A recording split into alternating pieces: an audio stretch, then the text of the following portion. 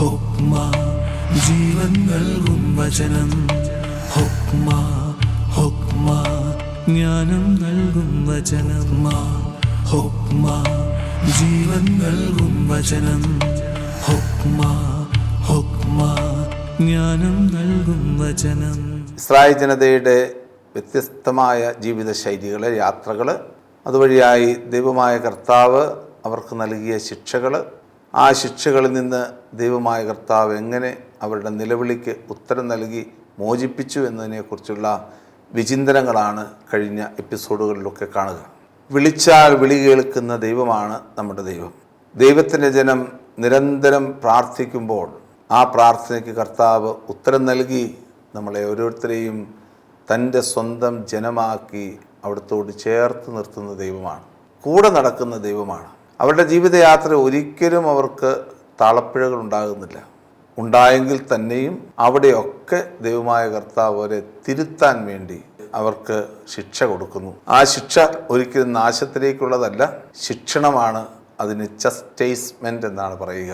അങ്ങനെയുള്ള ഒരു ശിക്ഷണത്തിലേക്ക് ദൈവമായ കർത്താവ് ഓരോരുത്തരെയും കൊണ്ടുപോകുന്നു. നമുക്കും നമ്മുടെ ജീവിതയാത്രയിൽ പലവിധത്തിലുള്ള ശിക്ഷണങ്ങളിലൂടെ കർത്താവ് നമ്മളെ കൊണ്ടുപോകും. തെറ്റും ശരിയും ഏതാണെന്ന് പറഞ്ഞു തരും. ആ നല്ല ദൈവത്തിന് മുമ്പിൽ നമ്മുടെ ജീവിതത്തെ സമർപ്പിച്ചുകൊണ്ട് കർത്താവ് ഇതാ ഞാൻ എന്ന് പറഞ്ഞ് ആ വലിയൊരു അനുഭവത്തിലേക്ക് കടന്നു വരാനുള്ള ദൈവകൃപ നമുക്ക് യാചിച്ചുകൊണ്ട് ഈ വചനഭാഗത്തിൻ്റെ വിചിന്തനങ്ങളിലേക്ക് പ്രവേശിക്കാം. ഇസ്രായേൽ ജനം കാദേശിൽ നിന്ന് ഏദോമിലൂടെ കടന്ന് മോവാബ് ദേശത്തേക്ക് എത്തുകയാണ്. വലിയൊരു യാത്രയാണ് അവർ നടത്തുക. 20-ാമത്തെ അധ്യായത്തിൽ കാദേശിലെത്തി.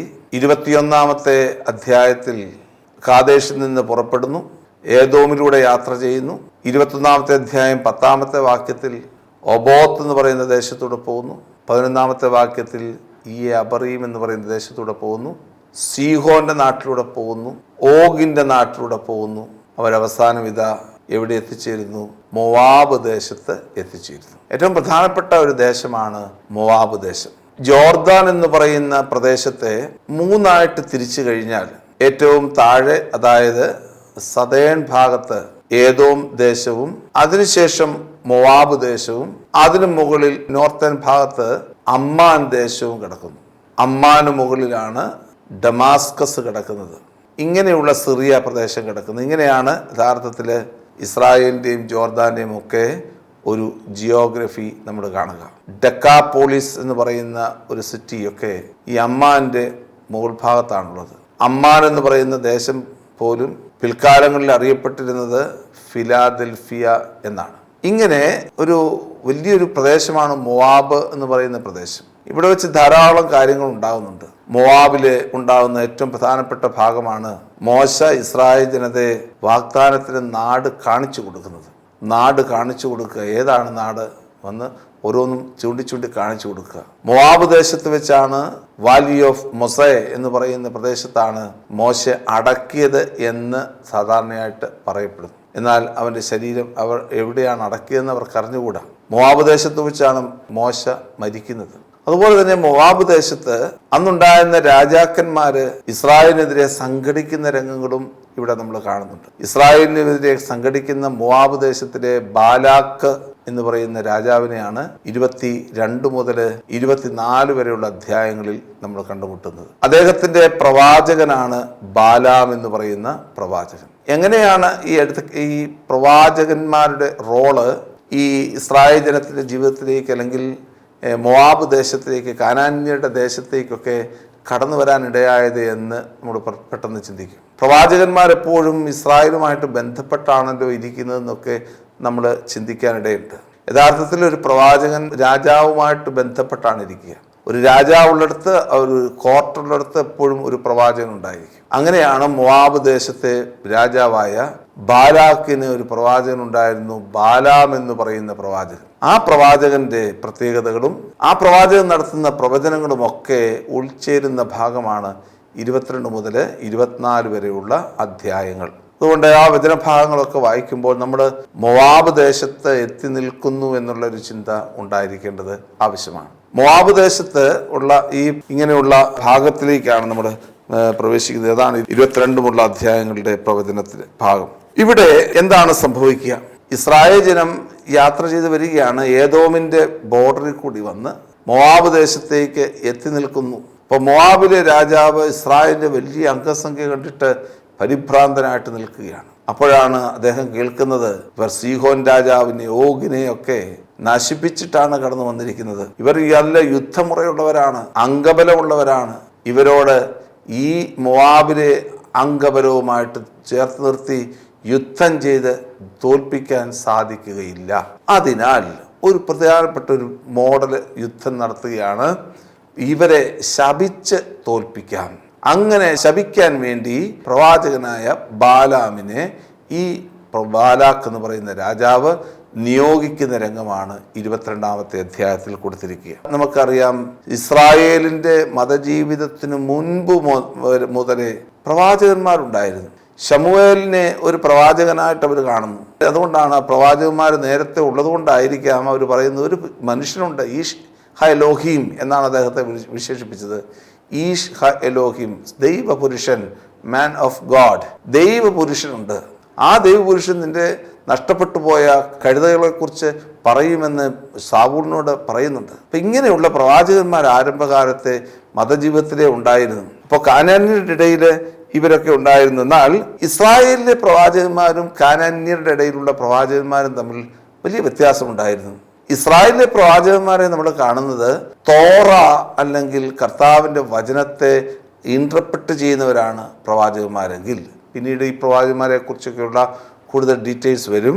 എന്നാൽ മോവാബിലെ പ്രവാചകന്മാർ രാജാക്കന്മാരുടെ ഇംഗിതത്തിനനുസരിച്ച് പ്രവചിക്കുന്നവരാണ്. രാജാവ് എന്തു പറയുന്നുവോ അത് പറയുന്നവനാണ് പ്രവാചകൻ. നമുക്കറിയാം, നാഥാം പ്രവാചകൻ ദാവീദ് രാജാവിൻ്റെ മുമ്പിൽ നിന്നുകൊണ്ട് അദ്ദേഹത്തെ കൈ ചൂണ്ടിക്കൊണ്ട് പറഞ്ഞു, നീ ആ മനുഷ്യൻ നീ തന്നെ. അത്രയ്ക്കും ആർജവത്വമുള്ള ഒരു പ്രവാചകനാണ്. അതുപോലെ തന്നെ നമ്മൾ കാണുന്നത് മറ്റൊരു പ്രവാചകനാണ് അഹിയ എന്ന് പറയുന്ന പ്രവാചകന്മാർ.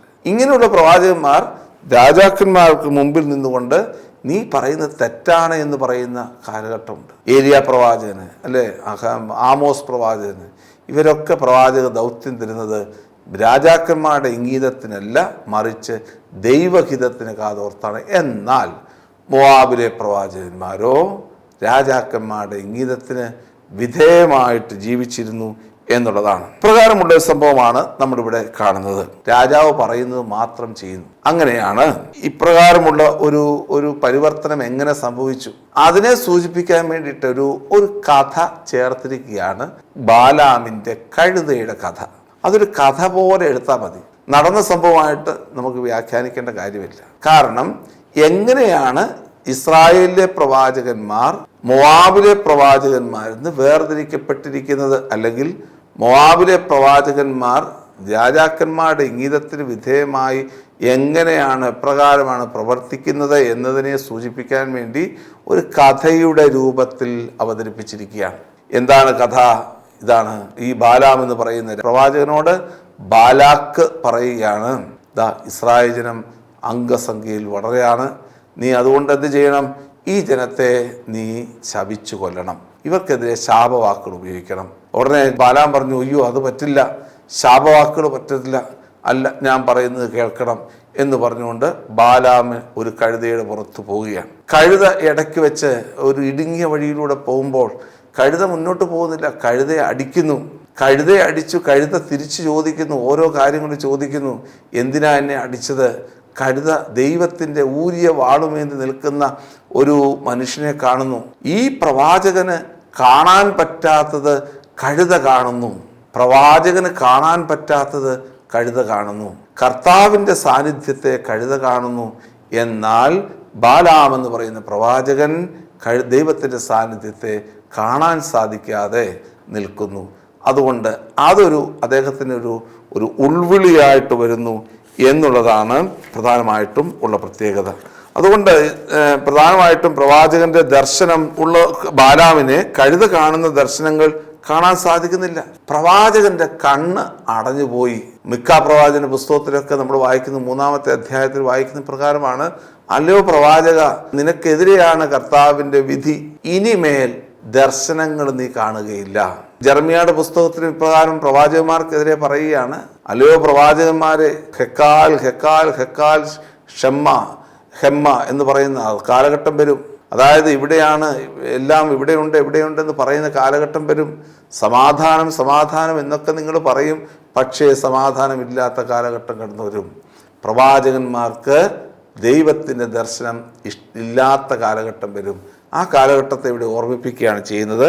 യഥാർത്ഥ പ്രവാചകൻ ദൈവത്തിൻ്റെ സ്വരം കേൾക്കാൻ ബാധ്യസ്ഥനാണെന്ന് പ്രവചിക്കുകയാണ്. ഇങ്ങനെ ദൈവമാണ് തന്നോട് സംസാരിക്കുന്നത് എന്ന് മനസ്സിലാക്കിക്കൊണ്ട് ഇദ്ദേഹം 4 പ്രവചനങ്ങൾ നടത്തുകയാണ് മോവാബിലെ ജനതയുടെ മുമ്പാകെ.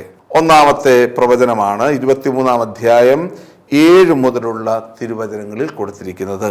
ബാലാം പ്രവചിച്ചു പറഞ്ഞു. അതൊക്കെ ഒന്ന് മനസ്സിലാക്കുന്ന നല്ലതാണ്. ആറാമിൽ നിന്ന് ബാലാക്ക് എന്നെ കൊണ്ടുവന്നു, മോവാബ് രാജാവ് പൗരസ്ത്യ ഗിരികളിൽ നിന്ന് എന്നെ വരുത്തി, യാക്കോബിനെ എനിക്ക് വേണ്ടി ശപിക്കുക, ഇസ്രായേലിനെ ഭത്സിക്കുക. ഉടനെ അദ്ദേഹം പറയുകയാണ്, ദൈവം ശപിക്കാത്തവനെ ഞാൻ എങ്ങനെ ശപിക്കും? കർത്താവ് ഭത്സിക്കാത്തവനെ ഞാൻ എങ്ങനെ ഭത്സിക്കും?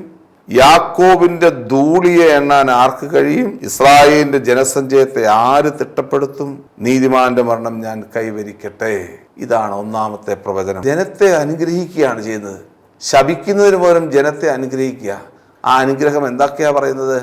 അബ്രഹാമിന് കൊടുക്കുന്ന വാഗ്ദാനത്തിന്റെ പൂർണ്ണതയാണ് ഈ കാണുന്ന ജനം. ദൈവം അബ്രഹാമിന് കൊടുത്ത വാഗ്ദാനം എന്താണ്? ഞാൻ നിന്റെ ജനത്തെ വർദ്ധിപ്പിക്കും, നിന്നെ ഞാൻ അനുഗ്രഹിക്കും, നീ അനുഗ്രഹിക്കുന്നവരെ ഞാനും അനുഗ്രഹിക്കും, നീ ശപിക്കുന്നവരെ ഞാനും ശപിക്കും, അങ്ങനെ നീ എല്ലാവർക്കും ഒരു അനുഗ്രഹമായിട്ട് മാറും. അങ്ങനെ അബ്രഹാമിന് ദൈവം കൊടുത്ത വാഗ്ദാനം ഈ ജനതയിൽ പൂർത്തീകരിക്കപ്പെട്ടു എന്നതിൻ്റെ സൂചനയാണ് മോവാബിലെ രാജാവായ ബാലാക്കിന്റെ പ്രവാചകനായ ബാലാം ആദ്യം നൽകുന്ന ഒരു അനുഗ്രഹം. ഇതാണ് ഒന്നാമത്തെ പ്രവചനമെങ്കിൽ, രണ്ടാമത്തെ പ്രവചനം 18-ാമത്തെ വാക്യം മുതലാണ്. 23-ാം അധ്യായം 18 മുതൽ 24 വരെയുള്ള തിരുവചനങ്ങളാണ് കൊടുത്തിരിക്കുന്നത്. ബാലാം പ്രവചിച്ചു പറഞ്ഞു, ബാലാക്ക് ഉണർന്നു പ്രസവിച്ചു. വ്യാജം പറയാൻ ദൈവം മനുഷ്യനല്ല, അനുതപിക്കാൻ അവിടുന്ന് മനുഷ്യപുത്രനുമല്ല. പറഞ്ഞത് അവിടുന്ന് ചെയ്യാതിരിക്കുമോ? പറഞ്ഞത് നിറവേറ്റാതിരിക്കുമോ? ഇത് അനുഗ്രഹിക്കാൻ എനിക്ക് ആജ്ഞ ലഭിച്ചു, അവിടുന്ന് അനുഗ്രഹിച്ചു, അത് പിൻവലിക്കാൻ ഞാൻ ആളല്ല. യാക്കോബിൽ അവിടുന്ന് തിന്മ കണ്ടില്ല, ഇസ്രായേലിൽ ദുഷ്ടത ദർശിച്ചതില്ല. അവരുടെ ദൈവമായ കർത്താവ് അവരുടെ കൂടെയുണ്ട്. രാജാവിന്റെ അട്ടഹാസം അവരുടെ ഇടയിൽ മുഴങ്ങുന്നു. ദൈവം ഈജിപ്തിൽ നിന്ന് അവരെ കൊണ്ടുവന്നു. കാട്ടുപോത്തിൻ്റെത് തുല്യമായ ബലം അവർക്കുണ്ട്. യാക്കോബിന് ആഭിചാരം ഏൽക്കുകയില്ല, ഇസ്രായേലിനെതിരെ ക്ഷുദ്രവിദ്യ ഭരിക്കുകയില്ല. ദൈവം പ്രവർത്തിച്ചത് കാണുവിനെന്ന് യാക്കോബിനെയും ഇസ്രായേലിനെയും കുറിച്ച് പറയേണ്ട സമയമാണിത്. വലിയ നീണ്ട ഒരു പ്രവചനം. ഈ പ്രവചനത്തിൽ 2 കാര്യങ്ങൾ പറയുന്നു. പ്രവാചകൻ ദൈവത്തിന്റെ വക്താവാണ്. കാരണം പറയുകയാണ്, കർത്താവിനോട് കൽപ്പിച്ചു, അതുമാത്രമേ ഞാൻ പ്രവചിക്കത്തുള്ളൂ, വേറെ ആര് പറഞ്ഞാലും ഞാനത് പ്രവർത്തിക്കത്തില്ല. ഇദ്ദേഹം ഒരു ഇസ്രായേലിന്റെ പ്രവാചകനായിട്ട് മാറുകയാണ്. കർത്താവിന്റെ പ്രവാചകൻ ദൈവത്തിന്റെ വക്താവാണ്. ഇസ്രായേലിന്റെ ശ്രേഷ്ഠതയും അന്യതയും കുറിച്ചാണ് ഇവിടെ പറയുന്നത്. ഇസ്രായേലിന്റെ ശ്രേഷ്ഠത, യാക്കോബിന് അവിടുന്ന് തിന്മ കണ്ടില്ല, ഇസ്രായേലിന്റെ ദുഷ്ടത ദർശിച്ചില്ല. എന്നിട്ട് പറയാണ്, യാക്കോബിന് ആഭിചാരം ഏൽക്കുകയില്ല, ക്ഷുദ്രവിദ്യ ഏൽക്കുകയില്ല. ഒരിക്കലും യാക്കോബിന് ഒന്നും സംഭവിക്കത്തില്ല. ദൈവം ശ്രേഷ്ഠമായി കരുതിയ ജനമാണ് യാക്കോബ് എന്നുള്ള ആ ഉറച്ച ബോധ്യത്തിലേക്ക്, ആ ഒരു വലിയ പ്രവചനത്തിലേക്ക് പ്രവാചകൻ നമ്മെ കൊണ്ടുപോയി എത്തിക്കുകയാണ്. ഇനി 3-ാമത്തെ പ്രവചനം നമുക്ക് നോക്കാം. 24-ാം അധ്യായം 3 മുതൽ 8 വരെയുള്ള തിരുവചനങ്ങൾ. ദൈവത്തിന്റെ വാക്കുകൾ ശ്രവിച്ചവൻ, സർവശക്തിയിൽ നിന്ന് ദർശനം സിദ്ധിച്ചവൻ, തുറന്ന കണ്ണുകളോടെ സമാധി ലയിച്ചവൻ പ്രവചിക്കുന്നു. 5-ാമത്തെ വാക്യം, യാക്കോബേ നിന്റെ കൂടാരങ്ങൾ എത്ര മനോഹരം, ഇസ്രായേലേ നിന്റെ പാളയങ്ങളും. ദൈവം ഈജിപ്തിൽ നിന്ന് അവിടുന്ന് അവനെ കൊണ്ടുവന്നു. അവന് കാട്ടുപോത്തിന്റെ കരുത്തുണ്ട്. ശത്രുജനത്തെ അവൻ സംഹരിക്കും, അവരുടെ അസ്ഥികൾ അവൻ തകർക്കും, അവന്റെ അസ്ത്രങ്ങൾ അവരെ പിളർക്കും. എന്താണ് ഈ ഭാഗത്തിന്റെ അർത്ഥം? യാക്കോബിന്റെ കൂടാരങ്ങൾ എത്ര മനോഹരമാണെന്ന് പറയുന്നു. അതുപോലെ തന്നെ ഇസ്രായേലിന്റെ പാളയങ്ങളെ കുറിച്ച് പറയുന്നു. യാക്കോബിനെ ദൈവമായ കർത്താവ് ഈജിപ്തിൽ നിന്ന് കൊണ്ടുവന്ന കാര്യം പറയുന്നു. അതിശക്തമായിട്ടുള്ള കരുത്തുള്ളവനാണെന്ന് പറയുന്നു. സിംഹത്തെപ്പോലെയും സിംഹിയെപ്പോലെയും അവൻ പതുങ്ങി നടക്കുന്നു, അവനെ ഉണർത്താൻ ആർക്ക് ധൈര്യമുണ്ടാകും എന്ന് പറയുന്നതിലൂടെ ഇസ്രായേലിൻ്റെ അതിമാനുഷികമായിട്ടുള്ള ശക്തി ദൈവിക ശക്തിയിൽ അടിയുറച്ചതാണ് എന്ന് പ്രധാനമായിട്ടും പ്രഖ്യാപിക്കുകയാണ് ഇവിടെ ചെയ്യുന്നത്. ദൈവമാണ് ഇസ്രായേലിനെ ഈജിപ്തിൻ്റെ അടിമത്തത്തിൽ നിന്ന് കൊണ്ടുവന്നത് എന്ന് പ്രത്യേകം ഉദ്ഘോഷിക്കുന്ന ഭാഗമാണ് ഈ പ്രവചനത്തിൻ്റെ അർത്ഥം. 4-ാമത്തെ പ്രവചനത്തിലേക്ക് പോകുമ്പോൾ വളരെ മനോഹരമായ ഒരു പ്രവചനമാണ് 4-ാമത്തെ പ്രവചനം. 24-ാം അധ്യായം 15 മുതലുള്ള തിരുവചനങ്ങൾ, 15 മുതൽ 24 വരെയുള്ള തിരുവചനങ്ങൾ. അതിൽ 17-ാമത്തെ തിരുവചനം നമുക്ക് നോക്കാം. ഞാൻ അവനെ കാണുന്നു. മോവാബ് മലയിൽ നിന്ന് ഈ ബാലാം എന്ന് പറയുന്ന വ്യക്തി ഇസ്രായേൽ ജനതയെ നോക്കി പറയുകയാണ്, ഞാൻ അവനെ കാണുന്നു, എന്നാൽ ഇപ്പോഴല്ല. ഞാൻ അവനെ ദർശിക്കുന്നു, എന്നാൽ അടുത്തല്ല. യാക്കോബിൽ നിന്ന് ഒരു നക്ഷത്രം ഉദിക്കും, ഇസ്രായേലിൽ നിന്ന് ഒരു ചെങ്കോൽ ഉയരും. അത് മോവാബിന്റെ നെറ്റിത്തടം തകർക്കും, ഷേത്തിന്റെ പുത്രന്മാരെ സംഹരിക്കും. ഏദോം അന്യാധീനമാകും, ശത്രുവായ സെയ്റും ഇസ്രായേലോ സുധീരം മുന്നേറും. ഭരണം നടത്താനുള്ളവൻ യാക്കോബിൽ നിന്ന് വരും, പട്ടണങ്ങളിൽ അവശേഷിക്കുന്നവൻ നശിപ്പിക്കപ്പെടും. അവൻ അമലേക്കിനെ നോക്കി പ്രവചിച്ചു, അവൻ കേന്യരെ നോക്കി പ്രവചിച്ചു, അവൻ അസൂറിനെ നോക്കി പ്രവചിച്ചു. നോക്കി, എന്നാ നീ അസൂർ നിന്നെ അടിമയായി കൊണ്ടുപോകും. ഇതാണ് പ്രധാനമായിട്ടുള്ളത്. എന്താണ് സൂചിപ്പിക്കുക? ഇസ്രായേലിന് വരാൻ പോകുന്ന നന്മകളെ കുറിച്ചുള്ള സൂചന. അതാണ് ഇവിടെ കാണാൻ പോകുന്നത്. ഇവിടെ എല്ലാം നമ്മൾ ഇസ്രായേലിന്റെ മഹത്വത്തെക്കുറിച്ചും ശ്രേഷ്ഠതയെക്കുറിച്ചും ജാക്കോബിന്റെ ഗോത്രങ്ങളെക്കുറിച്ചും അതിൻ്റെ ശക്തിയെക്കുറിച്ചും ഒക്കെ പറഞ്ഞതിന് ശേഷം പറയുകയാണ്, ഇതാ ഒരു രാജാവ് വരാൻ പോകുന്നു. രാജാവ് ആരാണ്? ആ രാജാവ് യാക്കോബിൽ നിന്നാണ് വരുന്നത്. ഒരു നക്ഷത്രം ഉദിക്കും, യാക്കോബിൽ നിന്ന് ഒരു ചെങ്കോൽ ഉയരും. ഉൽപ്പത്തി പുസ്തകത്തിൽ യാക്കോബിൽ നിന്ന് കടന്നു വരുന്ന ചെങ്കോൽ ആരാണ് എന്ന് 49-ാമത്തെ അധ്യായം 10-ാമത്തെ വാക്യം പറയുന്നുണ്ട്. ജൂദ, നീ ഒരു സിംഹക്കുട്ടിയാണ്, ഇരയുടെ അടുത്തേക്ക് നീ പാഞ്ഞെത്തിയിരിക്കുന്നു. അവൻ തന്റെ കഴുതയെ മുന്തിരിച്ചെടിയിലും കഴുതക്കുട്ടിയെ മുന്തിരി വള്ളിയിലും കെട്ടിയിടും. ചെങ്കോൽ യൂദയായി വിട്ടുപോവുകയില്ല. അവന്റെ അവകാശി കടന്നു വരുന്നത് വരെ അത് അവിടെ തന്നെ നിൽക്കും എന്ന് പറയുന്നതിൻ്റെ കൂടെ യാക്കോബിൽ നിന്ന് കടന്നു വരുന്ന ചെങ്കോൽ, അല്ലെങ്കിൽ യാക്കോബിൽ നിന്ന് നിലനിൽക്കുന്ന ചെങ്കോൽ യൂദയ ഗോത്രമാണെന്ന് പ്രവചിക്കുകയാണ്. എന്നിട്ട് പറയുകയാണ്, ഈ ഇസ്രായേലിന്റെ ഈ ചെങ്കോൽ, ഈ യൂദയ ഗോത്രം എങ്ങനത്തെ ഗോത്രമാണ്? മോവാബിനെ നശിപ്പിക്കും, ഷേത്തിനെ ഇല്ലായ്മ ചെയ്യും, ഏദോമിനെ നശിപ്പിക്കും, ഭരണം ഇസ്രായേൽ സുധീരം മുന്നേറും. ഇങ്ങനെ തനിക്കെതിരെ നിൽക്കുന്ന എല്ലാ രാഷ്ട്രങ്ങളെയും നശിപ്പിച്ചുകൊണ്ട് ഇസ്രായേലിന്റെ മഹത്വം വർദ്ധിക്കുന്ന ഒരു സമയം. അതാണ് പ്രവാചകന്മാര് പറയുന്ന തിരുവചന ഭാഗത്തിലൂടെ കാണുന്നത്. പ്രത്യേകിച്ച് യേശയ്യായുടെ പുസ്തകത്തിന്റെ 24-ഉം 25-ഉം ഒക്കെ അധ്യായങ്ങൾ, 27-ഉം ഒക്കെയുള്ള അധ്യായങ്ങൾ അപ്പോകാലിപ്റ്റിക് ലിറ്ററേച്ചർ എന്നാണ് വിശേഷിപ്പിക്കുക. അവിടെ പറയുന്ന ഭാഗം ഇതാണ്, ഇതാ ദൈവത്തിന്റെ ശക്തി കടന്നു വരികയാണ്. ഞാൻ എല്ലാവരെയും ഈ സിയോൻ മലയിൽ ഒന്നിച്ചു കൂട്ടും. അതുപോലെ തന്നെ സിയോൻ മലയിലേക്ക് എല്ലാവരെയും ഒരു ബാങ്ക്വറ്റിന് വേണ്ടിയിട്ട്, ഒരു വിരുന്നിന് വേണ്ടിയിട്ട് ഒന്നിച്ചു കൂട്ടും. എന്നിട്ട് പറയുകയാണ് 27-ാം അധ്യായത്തിലെ 1-ാം വാക്യത്തിൽ പറയുന്ന ഇപ്രകാരം, യേശയ്യായുടെ പുസ്തകം 27:1 പറയുന്നു, ഈ ബാബിലോണിൽ നിന്ന്, അല്ലെങ്കിൽ ഒരു നദിയിൽ നിന്ന് ഒരു ലെവിയാഥൻ കടന്നു വരും. ആ കടലിൽ നിന്ന് കടന്നു വരുന്ന ലെവിയാഥനെ നിഷ്കരുണം നശിപ്പിക്കും. ബാബിലോൺ എന്ന് പറയുന്ന ദേശത്ത് നിന്ന് കടന്നു വരുന്ന നെബൂഖദ്നേസർ എന്ന് പറയുന്ന രാജാവിനെ നിഷ്കരുണം നശിപ്പിച്ച് ഇസ്രായേലിനെ വീണ്ടെടുക്കുന്ന ഒരു യുഗത്തെക്കുറിച്ചാണ് പ്രവാചകനായ യേശയ്യ പറയുന്നത്. ഇവിടെയും ഈ പ്രവാചക ദൗത്യത്തിലൂടെ കാണുന്നത് പ്രധാനമായിട്ടും ഇസ്രായേലിൻ്റെ ഭാവിയെക്കുറിച്ചുള്ള സൂചനകളാണ്. കാരണം ഇസ്രായേൽ എപ്രകാരമാണ് ദൈവത്തിന് മുമ്പിൽ ശ്രേഷ്ഠതയുള്ള ജനമായിട്ട് മാറുന്നതെന്നും എങ്ങനെയാണ് ചെങ്കോല് യൂദയായി വിട്ടുപോകാതെ എല്ലാറ്റിൻ്റെ മേലും അധികാരമുള്ള ഒന്നായിട്ട് മാറുന്നതും സൂചിപ്പിക്കുകയാണ്. അബ്രഹാമിലൂടെ ലഭ്യമായ യൂണിവേഴ്സലിസ്റ്റിക് സാൽവേഷനാണ് പ്രധാനമായിട്ടും ഇതിൻ്റെ പ്രധാനപ്പെട്ട പ്രമേയമായിട്ട് നിൽക്കുക.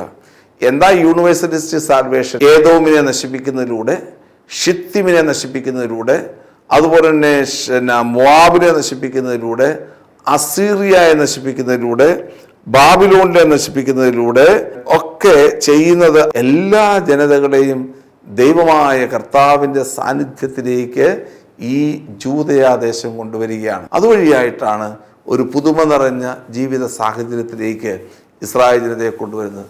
നേരത്തെ സൂചിപ്പിച്ചതുപോലെ സംഖ്യയുടെ പുസ്തകം 10-ാം അധ്യായത്തിൽ ഇന്റർപ്രിട്ടേഷൻ പറഞ്ഞപ്പോൾ ഞാൻ പറഞ്ഞതുപോലെ ഒരു ജനം മുഴുവനും വാഗ്ദാന പേടകത്തെ മുൻനിർത്തിക്കൊണ്ട് യാത്ര ചെയ്യുകയാണ്. അതിൻ്റെ തൊട്ടു പിന്നിൽ പോകുന്നത് ജൂദാദേശമാണ്. ബാക്കിയുള്ള എല്ലാ ഗോത്രങ്ങളും ഈ ജൂദാദേശത്തിൻ്റെ പിന്നാലെ വന്ന് ആ ജൂദാദേശത്തിലൂടെ വാഗ്ദാന പേടകത്തിലേക്ക്, ദൈവസാന്നിധ്യത്തിലേക്ക് പ്രവേശിക്കുന്നു.